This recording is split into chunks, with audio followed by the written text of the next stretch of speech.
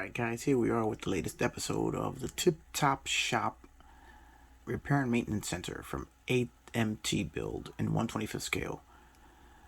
We're going to take a look at our two techs all dressed up and ready to go to work. Alright, here we go. Our two techs ready to go to work. They're all dressed up in their Starfleet duty uniforms, including communicator pins on the chest and authentic Starfleet colors. Here I've modified both figures to represent the Starfleet uniforms used in Deep Space Nine, which is, I think, my favorite of all the Star Trek shows. Yes, I am a big Star Trek geek. And you can see all the details are there, from the pips on their collars, the command badges. I've taken the uniforms that they were wearing and modified them by removing some details and adding some others until they resembled the Starfleet uniforms seen in the first season of Star Trek Deep Space Nine.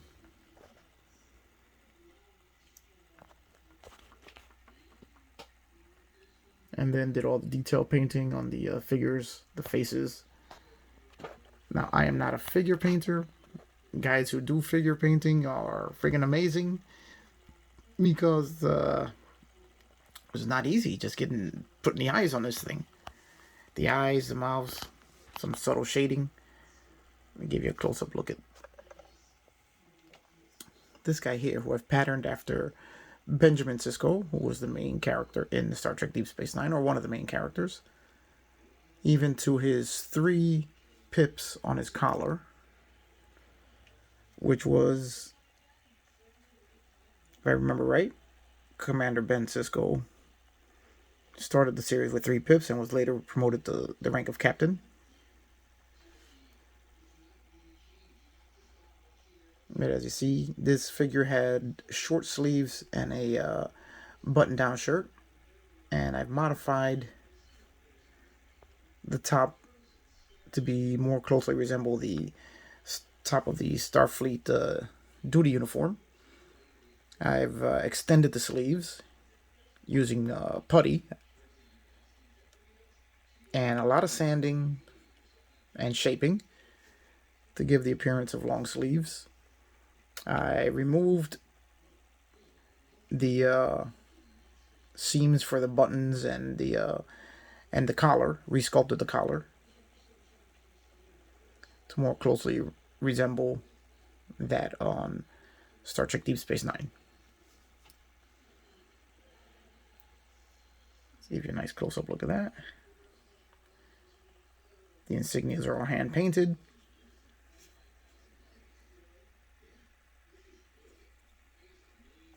This was, let me give you a good look at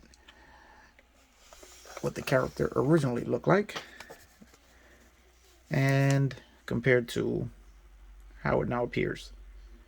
As you can see, he was wearing a small polo shirt with buttons and a regular collar. There was a belt and a set of work pants. Those have all been modified, and you can see the end result here. All right, let's take a look at the other figure.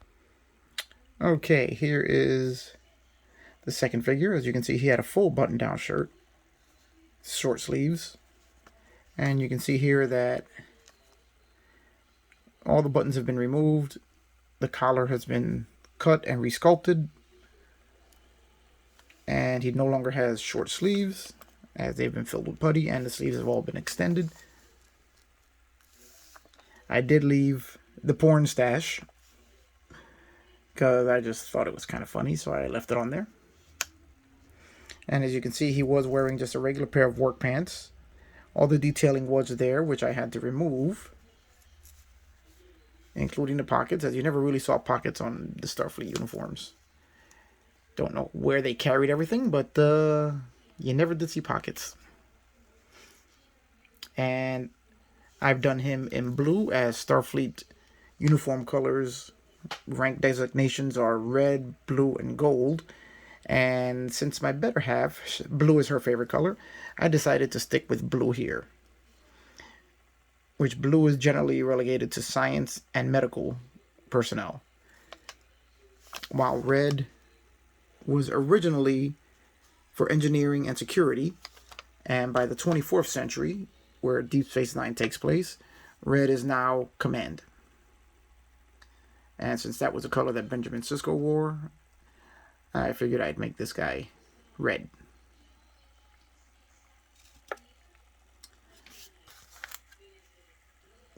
These two figures are the last items on the Tip Top Shop that I needed to complete.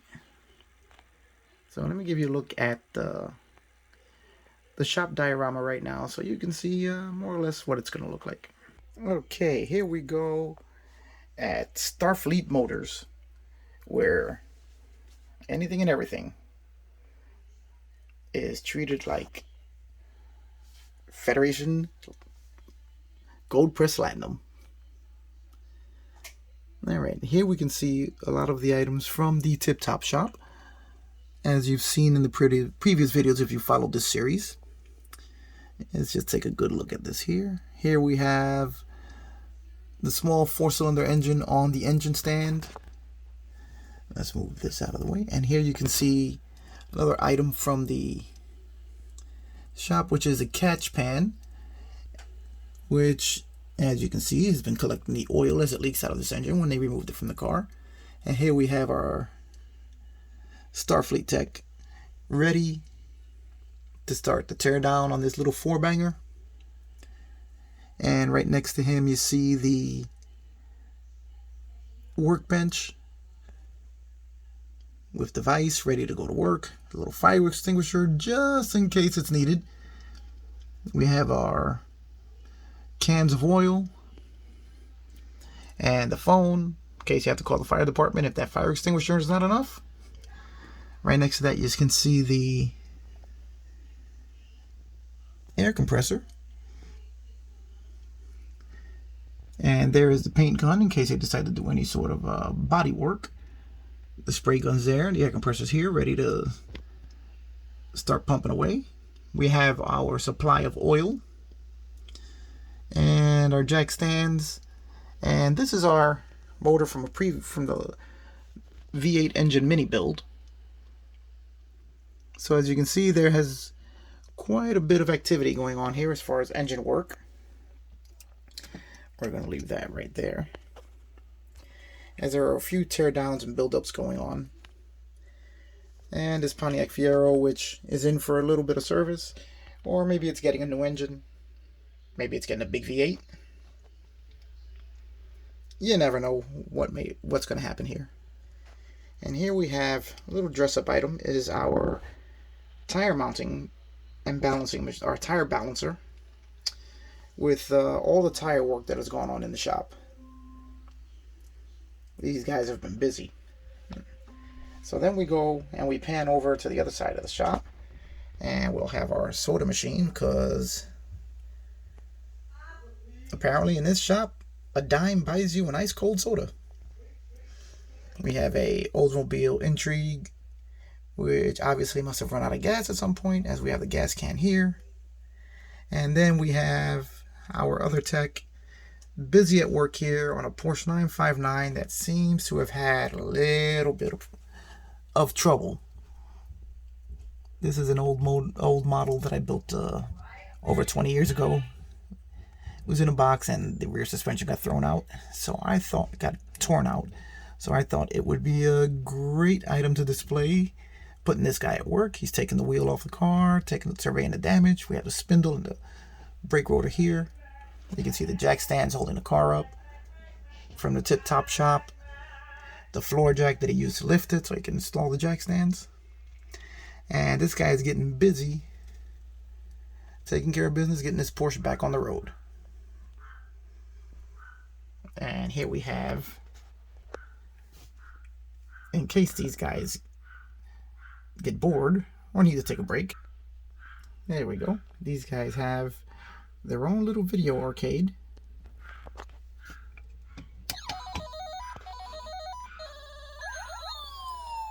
Because every once in a while you need to take a break and play a little Galaxian.